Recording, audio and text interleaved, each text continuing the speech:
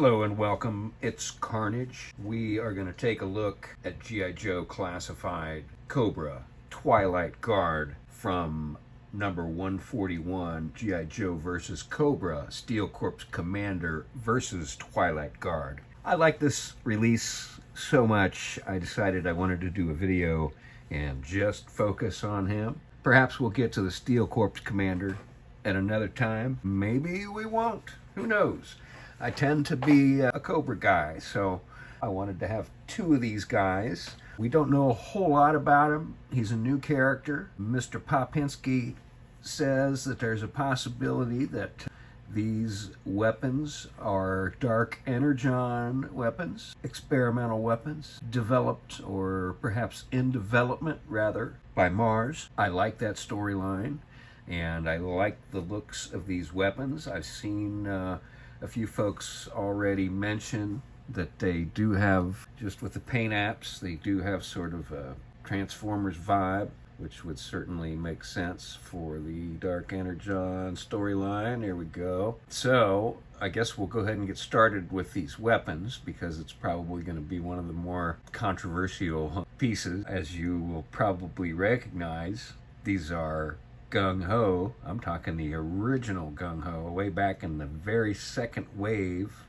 of G.I. Joe Classified. That Gung Ho. And what we have is that loadout, including the backpack, which I gotta say is certainly my least favorite backpack. And I was a little disappointed to see all these making a return, honestly. But I've been won over on the guns. Not necessarily on the backpack, but I gotta say, the paint app, and particularly, I really like the sort of gradient, and you'll notice it a little bit more, I think, in one of my photos, but on the ones that do have the red, there's sort of a gradient that definitely gives it a look of some kind of an energy weapon powering up in the state of getting ready to do some kind of blast. So, as disappointed as I was to see Gung Ho's weapons being reused, I gotta say I'm pleasantly surprised with the great paint job that they did and how well they go with this character. That purple and black motif is, let's go ahead and get focused on this guy here. There we go. Purple and black motif is one that you see throughout the Twilight Guard, and I'm going to go ahead and pull this one out because I did remove his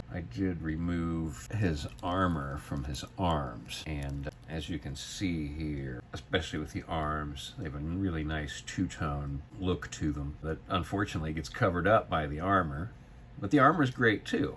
So there's a lot going on with this guy. Let's go ahead and talk about that first. So the head, as you can probably see and recognize that, is from the Crimson Guard. The torso is from the Cobra officer, as well as the overlay. The arms, and we'll thank Mr. Popinski for solving this one, come from the Hiss driver. The belt comes from Crimson Guard. The legs and boots are from Tripwire. Obviously the guns are, again, from Gung Ho. And the cape is a new piece developed specifically for the Twilight Guard. So I really have to say, I don't know that I've ever seen quite so many characters as a kit bash. What can you say about it? Kit bash together like this.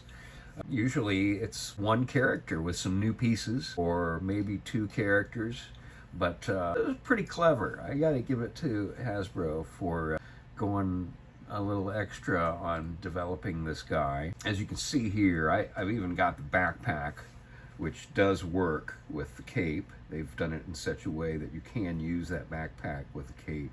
I gotta say, I really dislike this backpack so much that I don't anticipate that I'm ever going to use it, unless I want to fill him out somehow, which it does kind of do that. I just don't really anticipate that I'll be using that backpack at all. But that said, you don't really need a backpack when you've got that great looking cape. I just don't really see why I'd want to detract from that great looking cape with a backpack. So let's go ahead and talk about the cape. As you can see here, it's basically only goes over his right shoulder, and then it's got a strap that sort of comes over the torso, under and over the torso and across his chest, and it sort of pulls that cape down over his right shoulder. And then it really covers most of the right side of his back, and then the left side, that left shoulder is left uncovered. So it's a really cool look. And the other thing that you'll notice in the photos, as you can see here, it's a two-tone cape, red on the inside and black on the outside, but the hints of the red do come through the black, and it looks really good. It photographs really well. It's a neat effect. I can tell, like Dr. Mindbender's cape, that you don't want to be handling this thing a whole lot. You probably don't want to throw it in a box, and you just want to be pretty easy on this cape, because I can tell it'll get torn up pretty quick if you're not really careful with it. So, as I mentioned, he's got a ton of accessories. And one of the other things that I left off here on the right side is the sword. So that's the same sword from the Crimson Guard. So it's definitely sort of a ceremonial looking sword, but it's still a pretty imposing sword nonetheless. But what I'm saying is, you start stacking on the accessories pretty quick, and he gets a little tough to pose because you got so much going on. So I just want to caution you guys, to photographers, to use some patience when you're working with this guy, because it's going to take a lot. You want to make sure that belt's in place, and it tends to be a little bit wonky. It tends to kind of ride up on one side, as you'll see. And the armor is from tripwire on his arms, and those tend to fall down a little bit. So you want to make sure that those are pulled up where they're supposed to be. And then you want to make sure that cape is over his shoulder. As you can see here, even need to fix it. So you want to keep that in mind when you're using this guy for photography, that there are some things that you will need to probably be constantly adjusting and making sure in place, because he's got a lot going on. So again, I'll reiterate that I decided to pull the armor off of the one on the right, just to give him a little more of a sleek look, and it does make him a little bit easier to handle too, obviously.